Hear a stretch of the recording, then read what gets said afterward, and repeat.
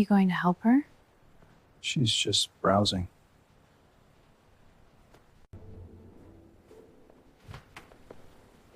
Welcome back, Mr. and Mrs. Whitfield. Can I show you the new arrivals?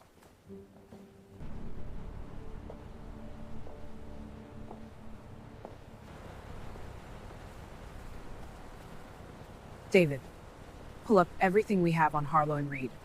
Ownership structure, outstanding liabilities, all of it. Outstanding liabilities, all of it. Yes, now. There is a particular kind of silence that follows a decision. Not the silence of confusion. Not the silence of defeat. The silence of a woman who has just made up her mind, and the world doesn't know yet what that means. Jessica stood outside Harlow and Reed Luxury Boutique on a Tuesday afternoon, her reflection staring back at her from the polished glass door. She was wearing a grey coat. No logos. No jewelry except one thin bracelet on her left wrist that most people wouldn't recognize, but anyone who knew what they were looking at would have gone very quiet. She pushed the door open. What happened in the next 40 minutes would cost one man his career, one store its independence, and one very arrogant sales associate the job he had spent 6 years believing he was too good for. Jessica didn't raise her voice once. She didn't have to. This is her story. And it begins, the way most important stories do, not with power, but with being overlooked. Jessica Calloway was 38 years old and had spent the last decade building something most people in her industry said couldn't be built. She hadn't come from money. That part matters. Not because poverty is a badge, but because the absence of a safety net teaches you something that no business school can. It teaches you that every single decision counts, because there is no one coming to absorb the consequences if you're wrong. Her mother had worked 2 jobs for most of Jessica's childhood. A hospital receptionist by day, a hotel laundry attendant 3 nights a week. The woman never complained. She pressed her uniforms the night before every shift, folded her dignity into the crease of her collar, and showed up. Every time. Without fail. Jessica had inherited that quality. The showing up. At 22, she had taken a junior buyer position at a mid-size retail distribution company. She wasn't the fastest. She wasn't the loudest. But she was the one who read every contract twice, asked the questions no one else thought to ask, and stayed after everyone had gone home, not to impress anyone, because there was no one left to impress. She stayed because the work needed doing. By 27 she had been passed over for promotion 3 times. Each time, the role went to someone louder, someone who played golf with the right people, someone who wore their ambition on the outside where everyone could see it. Jessica wore hers differently. She wore it in results. At 29 she left. Not in anger, that's important. She left with a plan. 2 years of saved income, one very clear idea, and the kind of quiet confidence that only comes from knowing exactly what you are capable of. She started small. A wholesale textile consultancy operating out of a 2-room office with second-hand furniture and a coffee machine that made a sound like it was suffering. She had 1 client the first month. 3 by the end of the first quarter. 14 by the end of year 1. The work was good. Word spread the way good work does, slowly at first, and then all at once. By the time Jessica was 34, her consultancy had become something larger. She had restructured her business model twice, brought in 2 partners, and quietly begun acquiring equity stakes in struggling retail brands that she believed, with the right operational strategy, could be turned around. She was right. Consistently. By 38, Jessica Calloway's portfolio included partial or majority ownership in 11 retail and fashion-adjacent businesses across 4 cities. She did not appear on any rich lists. She did not have a publicist. She did not own anything that announced itself. The grey coat. The thin bracelet. The sensible shoes. This is what she looked like when she walked into Harlow and Reed that Tuesday afternoon, looking, to anyone who made the mistake of judging quickly, like a woman who perhaps couldn't afford to be there. That mistake was about to be made. Harlow and Reed was the kind of store that used silence as a status signal. The lighting was low and golden, The displays were sparse, a single handbag on a marble pedestal, one rack of garment space so far apart that each item had what could only be described as personal space. The carpet absorbed sound. Everything about the environment was designed to communicate that what was sold here was rare, and that not everyone who walked in belonged. A sales associate named Marcus had worked there for 6 years and had developed, in that time, a finely tuned instinct that he believed was professionalism but was, in truth, something much less flattering. He had learned to sort people quickly. By coat. By shoes. By the way they touched things, tentatively or with ownership. By whether they looked at the price tags or pretended not to. He was, by his own quiet estimation, very good at this. When the door opened and Jessica walked in, Marcus was already engaged. Not with a customer, the store was nearly empty. He was standing near the back display straightening a scarf that did not need straightening, speaking in low tones with a colleague named Dana who was doing something similar with a belt that had been perfectly positioned for the last 2 hours. He looked up. He saw Jessica. Grey coat. No visible labels. Sensible shoes. Hair pulled back without ceremony. He looked back down. This happened in approximately 1.5 seconds. Jessica moved through the store slowly. She was not browsing aimlessly, she knew what she had come for. She had done her research. There was a specific line of structured leather pieces she had been monitoring for 3 months, tracking the brand's wholesale pricing, their supplier relationships, their quarterly margins. She had questions. Specific ones. The kind that required someone who actually knew the product. She stopped near the main display. She waited. Marcus did not move. She looked in his direction. He found something on his phone that required immediate attention. 2 minutes passed. Then the door opened again. A couple walked in. The woman was wearing a coat that retailed for somewhere in the region of $4,000, the kind of coat that announces itself. The man beside her had the particular ease of someone who had never once worried about a bill. They moved slowly, touching things, laughing softly at something between themselves. Marcus was beside them in under 30 seconds. The transformation was remarkable. His entire posture changed. His voice dropped to that particular register that expensive stores use, warm, unhurried, conspiratorial in a pleasant way. He called the woman Madam.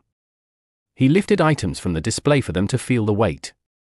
Jessica watched this. She didn't move immediately. She waited another full minute, giving him the benefit of the doubt that perhaps he would return, that perhaps he had simply been momentarily distracted. He did not return. She walked toward him. Directly. Stopped close enough that ignoring her would have required active effort. "Excuse me," she said. "I have a few questions about the structured leather line in the north display." Marcus turned his head. Just his head. The rest of his body remained angled toward the couple. "Someone will be with you shortly," he said. Then he turned back. Jessica stood there for a moment in the particular stillness of someone who is processing something carefully. Not rage, rage is loud. What moved across Jessica's face in that moment was quieter than rage and considerably more dangerous. She looked around the store. There was no one else on the floor. Dana had disappeared into the back. The couple Marcus was attending to was absorbed in their own world. Shortly, according to Marcus, apparently meant whenever the mood struck him. Jessica walked to the door. She pushed it open. She stood outside on the pavement in the afternoon air and took one breath. Then she took out her phone and made a call. "David," she said, when it connected. "Pull up everything we have on Harlow and read. The ownership structure, the parent company, the outstanding liabilities. All of it." A pause. "Yes," she said. "Now." She put the phone back in her coat pocket. She looked back through the glass at Marcus, who was laughing at something the couple had said, completely at ease, completely unaware. She walked to her car.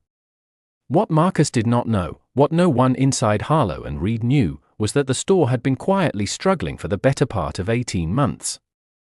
Harlow and Reed was owned by a holding company called Meridian Retail Group. Meridian had overextended itself during an aggressive expansion 2 years prior, opening 4 new locations in 12 months on the assumption that the luxury market would continue its post-pandemic momentum. It hadn't. Not at the rate they'd projected. 2 of the new locations had been underperforming from the start. The original flagship, the one Jessica had just walked out of, was the only location still posting consistent numbers, and even those numbers had been softening. Meridian's founder, a man named Gerald Harlow, yes, the name on the door, was 71 years old and, according to what David had pulled together by the time Jessica reached her office, was in active conversations with 3 potential buyers. He was ready to exit. The price he was asking was considered by most industry analysts to be optimistic, which was a polite way of saying it was too high for what the business actually represented at this stage. Most buyers had walked away. Jessica sat at her desk and read through everything David had compiled. The financials. The lease structure. The supplier contracts. The staff headcount and salary overhead. The brand valuation. She read it the way she read everything, twice, slowly, without rushing toward a conclusion. Then she picked up the phone again. Not to David this time. To a woman named Sandra Chen, who was the sharpest acquisition lawyer Jessica had ever worked with and who had the useful quality of being available at unusual hours without complaint. "Sandra," Jessica said, "I need you to look at something." She sent the files. 40 minutes later Sandra called back. "It's overpriced," Sandra said. "But not by as much as people think. The flagship lease alone is worth the conversation. If you restructure the other locations..." "I'm not interested in the other locations," Jessica said. "Just the flagship." Sandra was quiet for a moment. "That's a different structure entirely." "I know. Gerald won't love it." "Gerald," Jessica said, "wants to sell. I'm going to give him a reason to negotiate." Over the next 72 hours, Jessica moved with the particular efficiency of someone who has done this before and has no interest in drama. She had Sandra draft a preliminary offer structured not as a full acquisition but as a majority equity purchase with a management transition clause. It was clean. It was fair.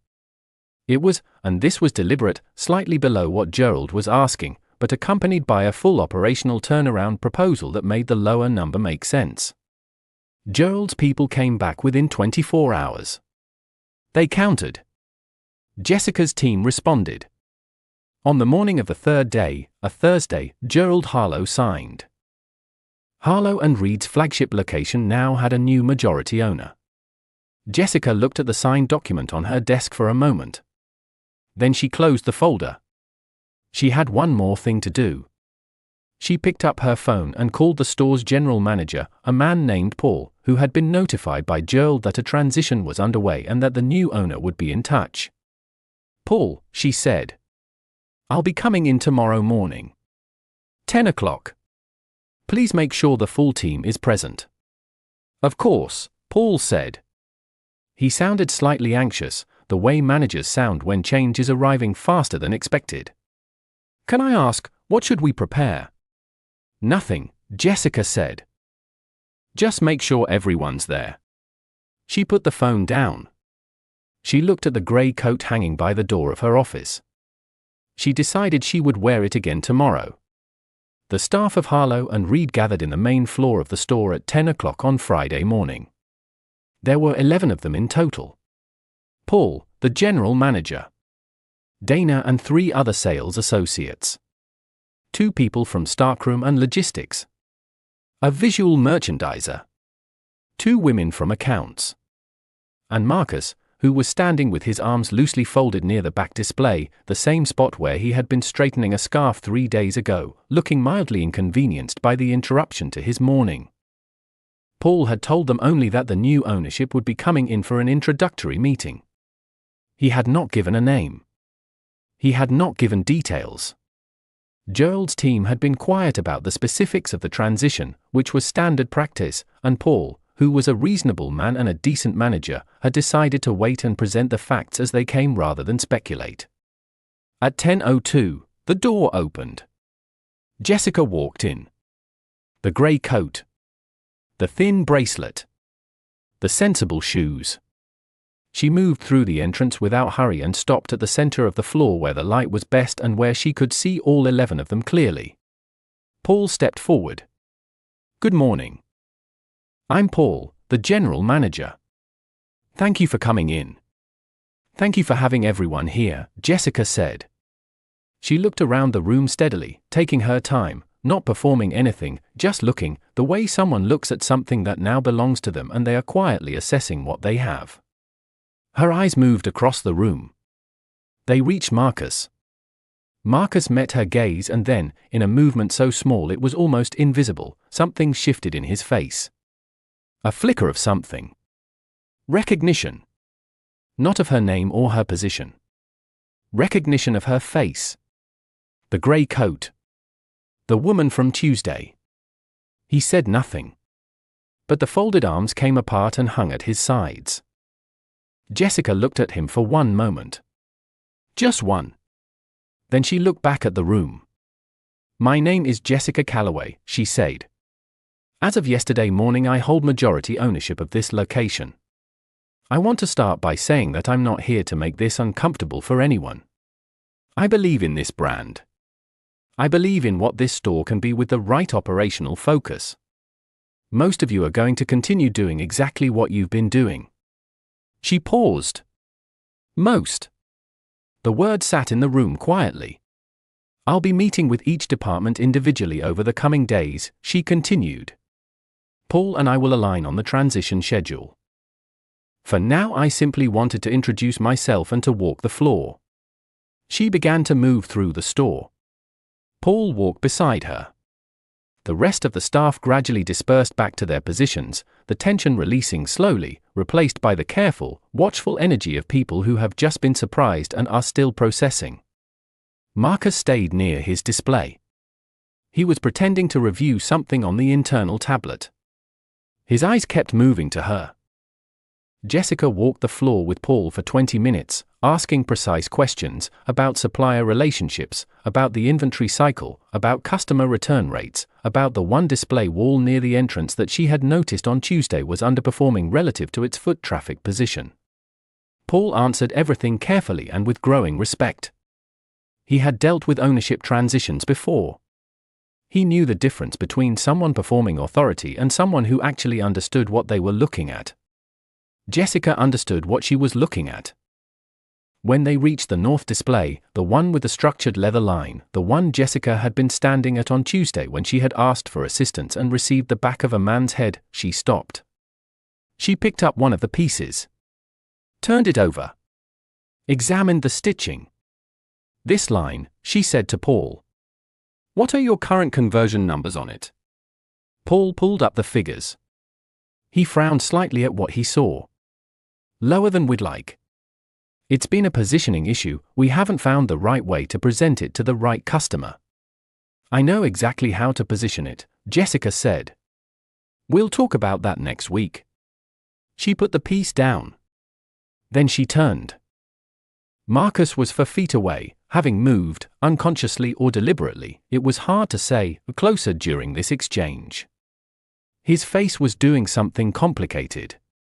6 years of practiced ease struggling with a reality that had just rearranged itself entirely. Jessica looked at him directly. "You were on the floor on Tuesday afternoon," she said. It was not a question. The room was very quiet. Dana, who was nearby, had stopped moving entirely. Marcus opened his mouth. Yes. Yes, I was. I came in with specific questions about this line," Jessica said. She said it without heat. Without theater. Simply, as a statement of fact. I waited. You were available. You chose not to assist me. Marcus said nothing. There was genuinely nothing to say. I left, Jessica said. And I spent the next 72 hours purchasing the store. The silence that followed was the kind that fills a room completely. Paul was very still. Dana had her hand over her mouth, not dramatically, but in the involuntary way of someone watching something they cannot quite believe. Marcus's face had lost all of its color. Jessica held his gaze for one more moment. Then she looked at Paul. "I'll have Sandra send over the formal onboarding documents this afternoon," she said. "I'd like to schedule our first operational review for Monday. 8:30. "Of course," Paul said. His voice was steady, but his eyes were speaking a different language entirely. "Thank you, everyone," Jessica said to the room. She picked up her bag from the counter where she had set it down. She walked to the door. She pushed it open. She left. Marcus was called into Paul's office at 2 o'clock that afternoon. The conversation lasted 11 minutes. He was escorted from the building by 3:30. His keycard was deactivated at 3:31. He did not receive a reference. 3 months after the acquisition, Harlow & Reed's flagship had its best quarterly performance in 2 years. The structured leather line, repositioned, remerchandised, and presented with the kind of informed enthusiasm that comes from actually knowing the product, sold out twice and had to be reordered. Paul proved to be exactly the kind of manager Jessica respected most, someone who adapted without losing their sense of themselves, who cared about the team without losing sight of the work. He stayed. He thrived. Jessica was in the store on a Wednesday morning 6 weeks after the transition, reviewing the new display layout with the visual merchandiser, when a young woman walked in. She was perhaps 24. Wearing a jacket that was slightly too big for her, carrying a bag that had been repaired at the strap, the kind of repair you make when you love something too much to let it go. She moved into the store the way people move into expensive places when they are not sure they're allowed to be there. Slowly. Quietly. Trying not to take up too much space. One of the new sales associates, a woman named Priya who Jessica had hired specifically for her warmth and her knowledge, appeared beside the young woman within seconds. Not standing over her. Beside her. Smiling like she was glad she'd come in. Jessica watched this from across the floor. She watched Priya show the young woman the leather pieces. Watched the young woman's face change when she held one, the particular change that happens when something well-made meets someone who can feel the difference. Watched Priya explain the craftsmanship, unhurried, as if the young woman's questions were the most interesting part of her morning. The young woman bought a small piece.